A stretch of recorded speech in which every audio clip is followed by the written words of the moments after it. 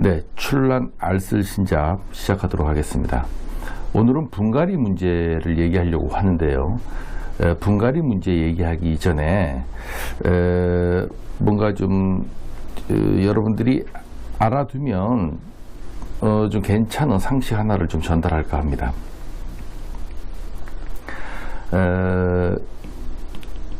제가 그 유튜브 동영상을 다른 분들이 올리신 유튜브 동영상을 시청하다가 의문점이 난 것들이 하나 있어요. 제가 지난 시간에 8월달 난 관리 이 얘기를 하면서 혹서기하고 혹한기를 저는 이제 비료를 주는 것이 맞다고 생각한다. 그런 사람 중에 하나다. 이렇게 말씀을 드렸는데 다른 동영상을 보니까 여전히 이제 혹서기하고 혹한기는 시비를 안 하는 것이 좋다라고 말씀하시는 분들이 많더라고요. 물론 그 분들의 경험치에 의해서 나온 결론이겠죠. 그래서 그 뭐 존중 안 할 수는 없습니다. 그러나 그런 말씀을 하시면서 뭔가 좀 이상한 점이 있었어요. 무슨 점이냐면 혹서기 혹한기 때 시비를 하지 않는 대신 영양분은 줘라. 영양분은 좀 주는 것이 좋다. 미량원소죠. 미량원소는 좀 주는 것이 좋다. 근데 이게 좀 상식적으로 납득이 안 가는 것이 이 영양분하고 미량원소 또는 뭐 비타민 뭐 이런 것들 또는 뭐 여기 뭐 활력제라고 표현해도 상관없습니다. 활력제. 그럼 이런 것들은 비료가 아닌가? 이런 것들도 비료입니다. 그러니까 시비를 하지 않는 대신 영양분은 줘라라는 말은 잘못된 표현이죠. 저도 시비를 주긴 주되 제가 NPK만 주라는 얘기는 아니었거든요.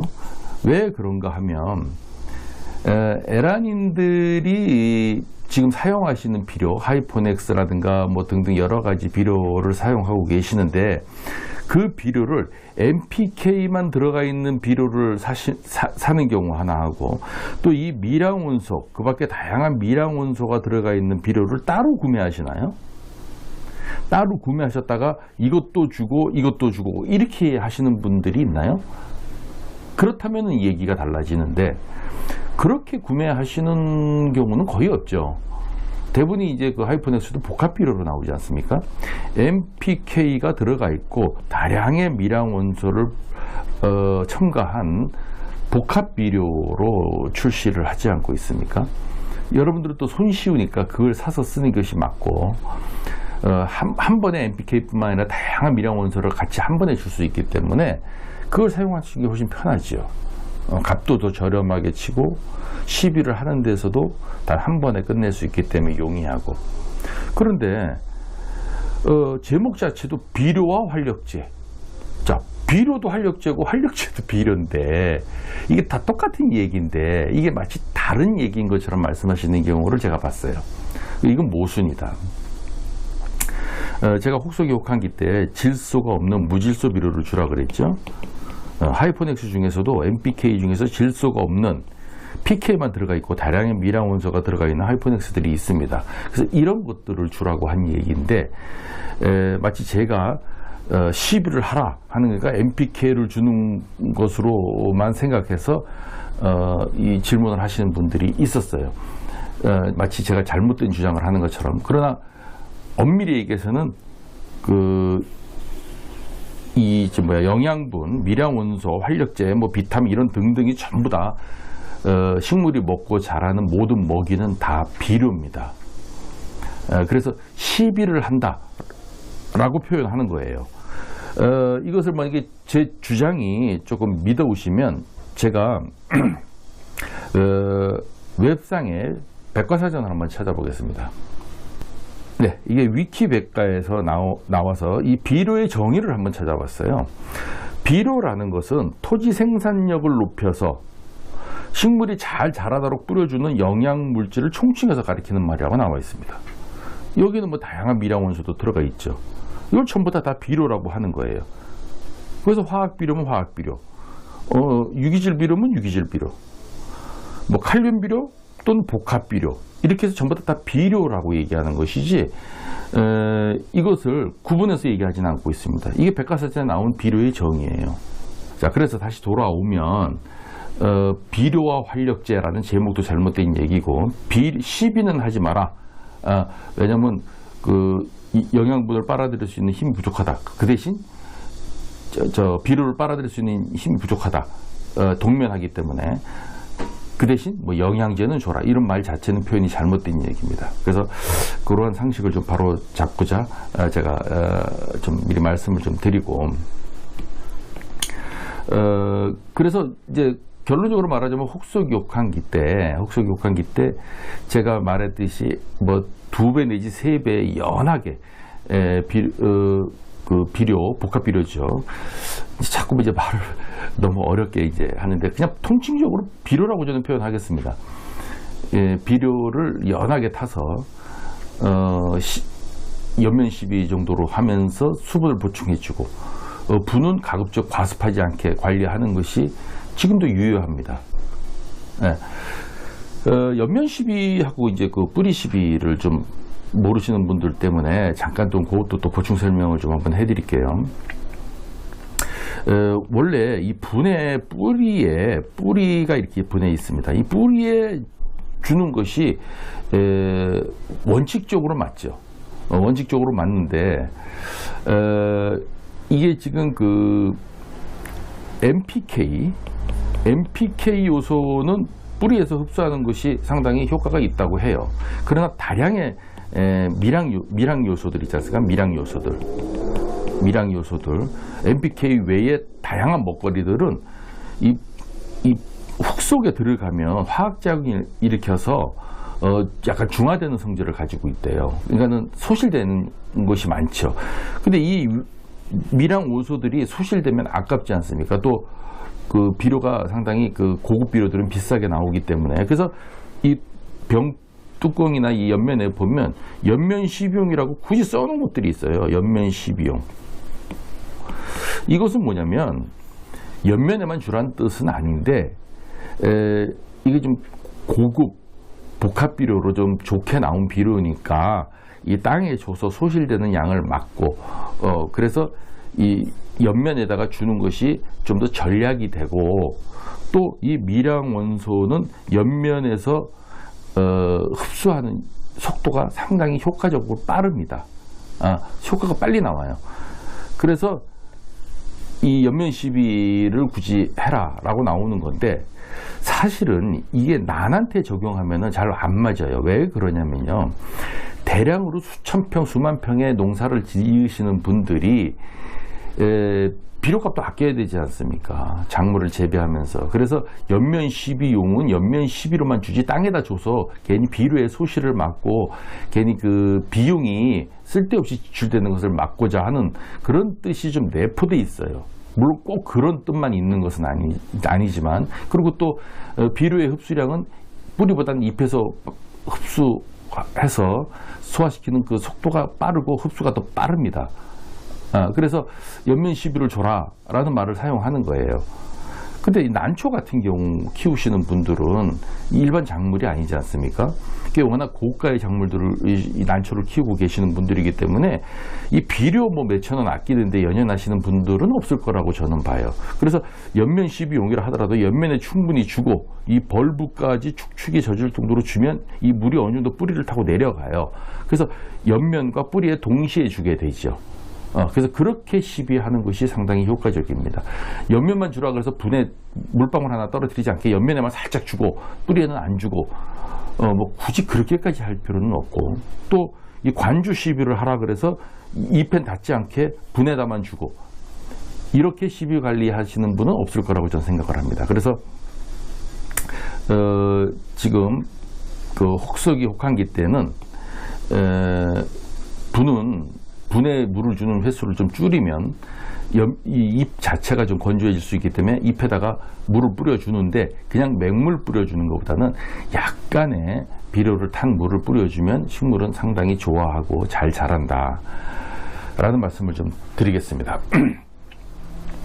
그리고 말이 나온 김에 이 유튜브 상에서 잘못된 상식들이 돌아다니는 것을 좀 바로 한번 잡아보는 의미에서 한 가지만 더 첨가를 할게요.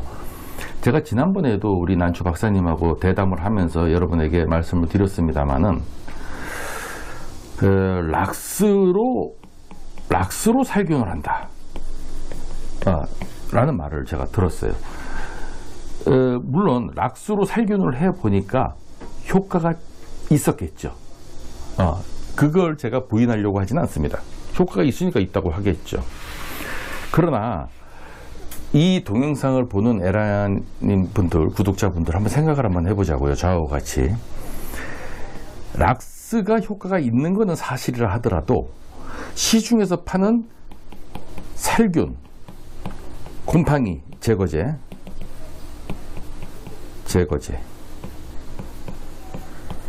이거보다 효과가 좋다는 말일까요? 여러분 어떻게 생각하십니까? 시중에서 그 농약 그 약재상에서 파는 이 곰팡이 제거제의 이 살균제보다 이것이 효과가 좋다라고 한다면은 근거를 제시해 주세요. 저는 이 납득을 할 수가 없어요. 그리고 이 락스는 공장에서 만들어낼 때 공업용으로 만들어냈고 이것을 식물에다 주라는 표기는 전혀 없습니다. 식물에다가 줘서 테스트를 다 해보고 안전성이 검증되고 해서 식물을 키우시는 분들한테 락스로 하세요, 락스로 살균하세요 라는 표기를 적지 못하죠. 이거 적었다가 나중에 부작용 내면 이 회사가 전체가 손해배상을 해줘야 되는데, 농사를 망쳤을 때 그 회사는 보증할 수 없다는 거죠. 그런 실험 한 적도 없고 주지 마라 차라리, 이런 뜻이에요. 근데도 불구하고 굳이 락스를 주니까 효과가 좋다? 그럼 이거보다 효과가 좋았을 때는 그나마 좀 납득이 가요. 근데 이거보다 효과가 좋다라는 근거가 어디 있냐 말이죠. 또 하나. 자, 그러면 가격이 싸니까 좀 돈을 절약해 보려고, 아까도 말씀드렸듯이 난을 키우시는 분들이 살균의 효과를 논하는 건 이해가 가더라도 가격이 한 5,000원 싸다, 3,000원 싸다 이거 갖고 연연하시는 분은 없을 거라고 봐요. 그럼에도 불구하고 락스가 쌉니까? 얼마나 쌀까요? 락스가 1리터짜리 2리터짜리 큰 병에 들어가 있는 락스를 가지고 500분의 1씩 탄다면서요? 제가 동영상을 보니까 4리터짜리 그 분무기에 쿨쿨쿨쿨 쏟아서 이렇게 붓던데, 자, 그러면은 이 락스 한 통을 쓰는 소모량이지 않습니까? 소모량. 그리고 기간. 이 1리터를 언제 다 쓰느냐. 근데 이 시중에서 약재상에서 파는 상공 스포탁 같은 경우 있잖아요. 요만한 병이죠. 요만한 병. 요만한 병에 2,000분의 1로 타라, 1,000분의 1로 타라 하는데 스포이드로 조금 찍어서 4리터짜리에다가 그 분무기에 4g씩 타거든요. 4g씩 타는데 이것만 하더라도 굉장히 오래 써요. 저 경우에는. 그 상공 스포탁도 또 병이 크게 나오는 것도 있어요. 네, 그것도 뭐 그렇게 비싸진 않습니다. 10,000원이 안 넘어가는 걸로 알고 있는데, 그렇다면은 상공 스포탁 이렇게 큰 병을 사용을 하는 그 기간이나 락스 이거 2리터짜리 한 통을 사용하는 기간이나 비교했을 때 상공 스포탁이 더 오래 쓴다. 오래 쓰니까 가격이 좀 비싸더라도 비교해 보면 가격 차이가 얼마 나지도 않는 것인데, 그러면 락스를 사용하는 곳은 가격이 싸다는 것도 설득력이 없지 않습니까? 그러니까 그렇게 주장하시는 분도 가격 얘기는 안 하신 것 같아요. 효과가 좋다라고만 말씀하신 것 같아요. 그래서 가격 얘기는 제외해 놓고 본다면 많은 그 인재들이 모여서 국가의 공인된 기관에서 모여서 이걸 테스트해보고 검증해보고 해서 살균 효과가 있다, 곰팡이 제거 효과가 있다, 그리고 식물한테 안전하다라고 다 공인돼서 나온 어떤 그 국가의 공인을 우리가 의심 없이 받아들이는 거 아니겠습니까?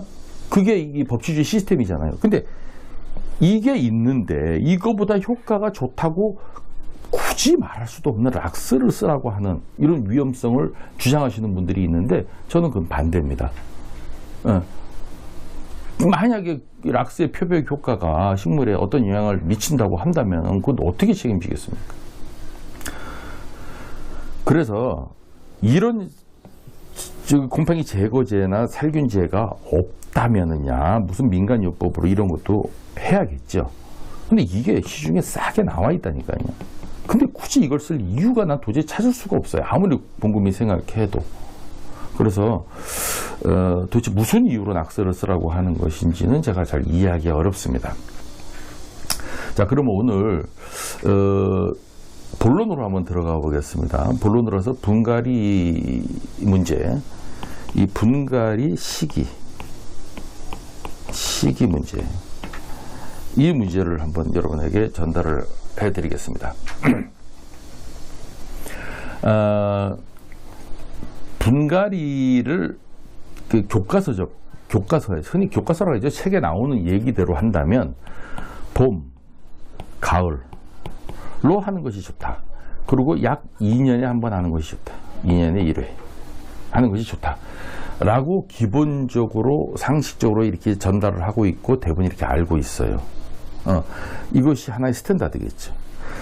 저도 초보 때는 이걸 지키느냐고 상당히 나 스스로 강박관념에 이렇게 좀 이렇게 시달렸던 적도 있어요. 그러나 제가 이 난초를 오래 키우면서 제 나름대로 느낀 점은 이것을 굳이 지킬 필요가 없다고 저는 생각을 합니다. 왜 그러냐면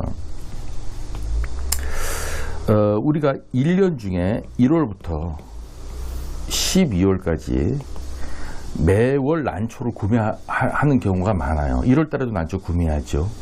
2월 달에도 꽃이 나오니까 꽃도 구매합니다.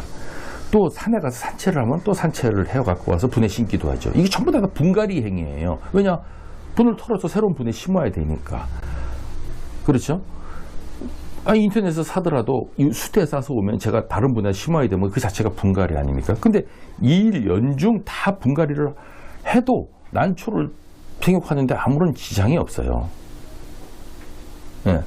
그러면 12월 달이나 또는 뭐 2월 달이나 8월 달이나 뭐 10월 또는 뭐 3월 언제든지 산에 가서 중토를 하나 발견했는데 산에서 캐갖고 와서 분에 안 심습니까? 분에 심어야 되잖아요. 그렇다고 해서 그 중토가 뭐 데미지를 입거나 그렇지는 않다는 거죠. 그래서 저는 분갈이 시기를 특정 짓는 것은 옳지 않다.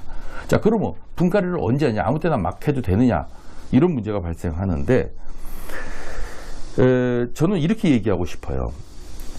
1월에서부터 12월까지 아무 때나 해도 상관은 없는데 시기 선택은 아무 때나 해도 상관이 없는데 분갈이의 필요성을 느낄 때 분갈이를 하라고 얘기하고 싶어요.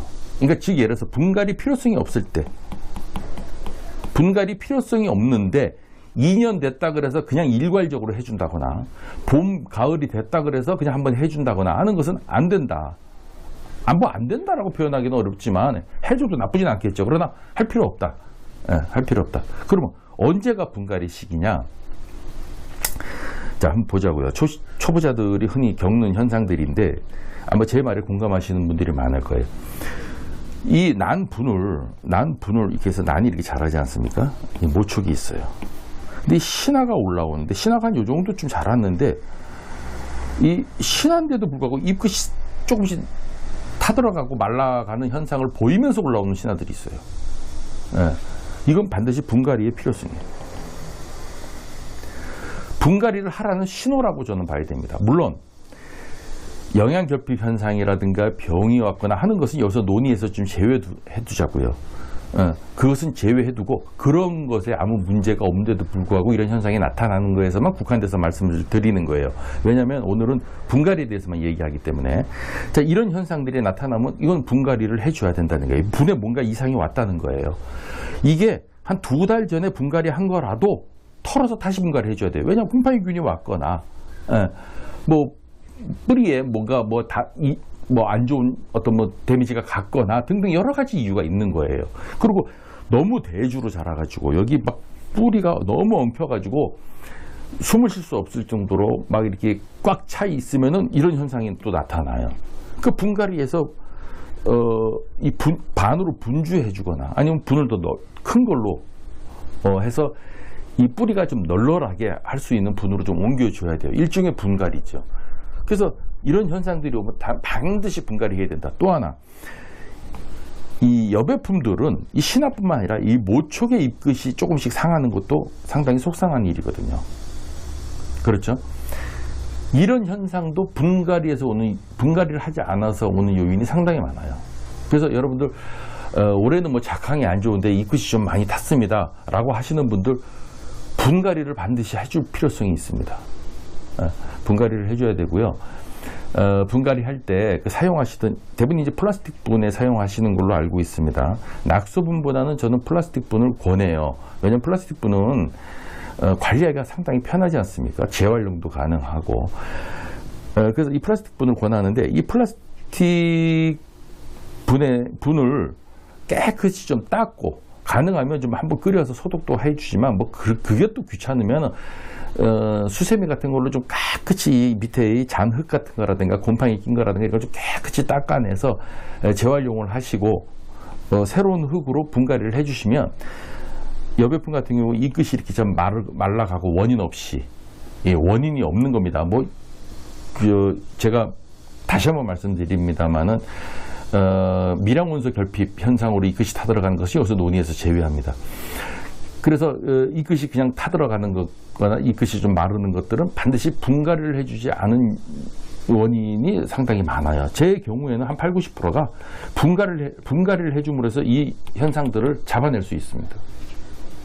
이것은 그 전에 분갈이한 시기에 연연하지 마시고 분갈이를 해주시라는 겁니다. 저번 달에 했는데 이번 달에 또 신화가 나왔는데 또 갑자기 그런 현상이 오면 분갈이를 해주셔야 되고요.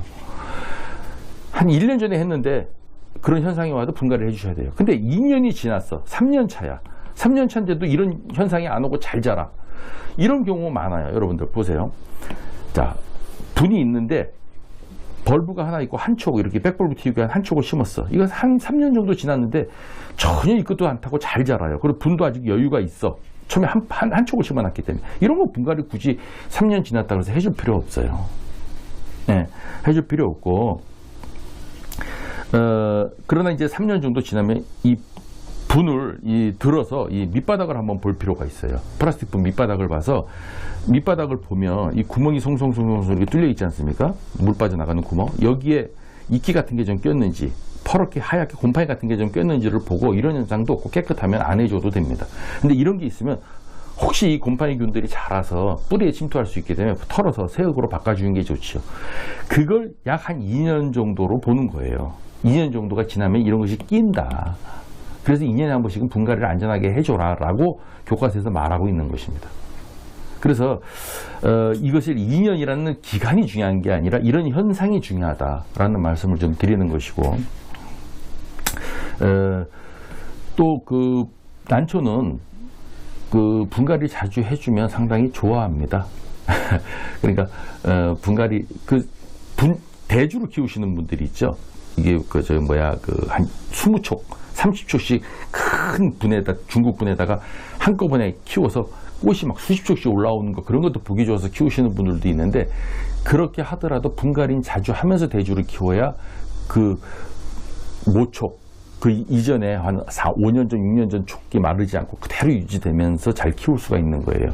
그래서 분갈이 안 해주면 자꾸 그 어미 촉, 할아버지, 할머니 촉들이 자꾸 말라주고 가고 신화가 나고 말라주고 가고 신화가 나서 분에서는 계속 뭐 4촉, 5촉 이상 불어나지 않고 계속 그 상태로만 유지되는 것이죠.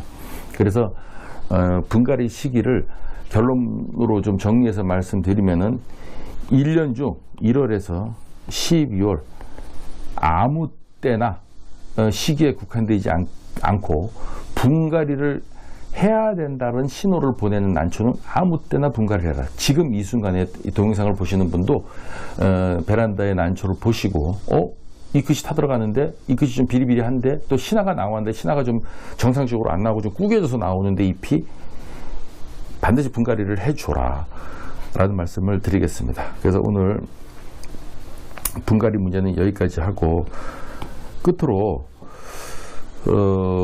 여담입니다만은 제가 그 출란 교실을 통해서 이 가격 공개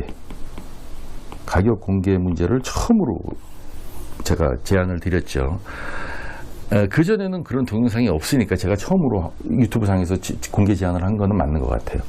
그래서 공개를 하시는 분들이 하나둘씩 많이 늘어나셔서 상당히 반가워요. 그래서 이런 문화가 좀 빨리 확대되고 정착됐으면 좋겠다. 근데 아직까지도 가격 공개를 안 하시는 분들이 있어요. 그래서 그 가격 공개 안 하시는 분들의 영상을 가만히 보면 나름대로 이유를 대고 계시는데 제가 보기에는 그 이유가 도저히 납득이 가질 않습니다. 여러분들은 그 가격 공개를 이런저런 이유에서 못하겠습니다라고 하는 동영상을 보셨을 거예요. 저뿐만 본 게 아니라. 근데 그게 납득이 가던가요? 출란을 가격을 정하지 못하기 때문에 공개를 못한다?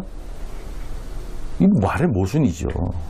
제가 직접 하거나 다른 사람을 시켜서 가격 문의 나온 사람한테 전화를 직접 한번 해보려고 그래요. 해서 원판에 홍화인데 한 4-5초 제가 가격 안 정해놨으니까 전화해서 얼마에 파시겠습니까? 그러면 가격을 공개하겠죠. 근데 공개 안 하고 협의합시다. 얼마면 사시겠습니까? 이렇게 물어볼 수도 있겠죠. 가격을 못 정한다고 하니까 그럼 저는 한 3만 원 해주세요. 이럴 거예요. 3만 원에. 그럼 안 된다 그럴 거 아닙니까? 안 된다 그럴 때는 뭐예요? 적어도 이 가격 밑으로는 못 팔겠습니다라는 기준이 머릿속에 있잖아요. 근데 왜 가격을 공개 못 합니까? 이거는 어떤 이유를 대더라도 모순이다. 그리고 가격을 정하지 못하는 것이 어디 비단 난초뿐이겠습니까? 모든 골동품이라든가 예술품들 이런 지금 다양하게 가격을 정할 수 없는 것들이 많잖아요. 기준이 공산품처럼 딱 원가가 정해져 있지 않는 것들이. 그런 것들도 가격 다 공개해서 전시를 하고 또 옥션에서 가격을 공개적으로 경매를 하고 하지 않습니까? 왜 가격을 공개 못한다고 하는 겁니까? 뭔가 좀 합리적인 이유를 들었으면 좋겠어요. 근데 그 이유가 매우 궁색해요. 제가 보기에는. 그래서 가격 비공개 문화, 가격 문의하라는 이런 이제 출란기의 고질적인 문화, 이런 문화를 좀 없었으면 좋겠다. 빨리 좀 탈피했으면 좋겠다 하는 뜻에서 다시 한번 강조하는 것입니다. 가격을 공개해야 됩니다. 그 가격을 공개 안 하면 제가 좀 더 그 과학적이고 합리적인 근거를 제시하면서 가격 공개를 좀 유도할 생각이에요. 근데 그렇게 하면 또 가격 공개 못 하신다는 분이 좀 또 그 기분 나빠질 수가 있으니까 이렇게 하시죠. 저하고 언제 한번 만나서 공개 토론을 한번 해보자고요. 유튜브 상에 라이브를 켜놓고 그냥 공개 토론을. 왜 가격을 공개하지 못하는지 서로 질문하고 대답하고. 그래서 제가 좀 설득시키고 싶어요. 그런 분들은. 가격 공개를 왜 해야 되는지, 또 가격 공개를 안 하면 어떤 문제가 발생하는지. 그래서 오늘 여기까지 하겠습니다.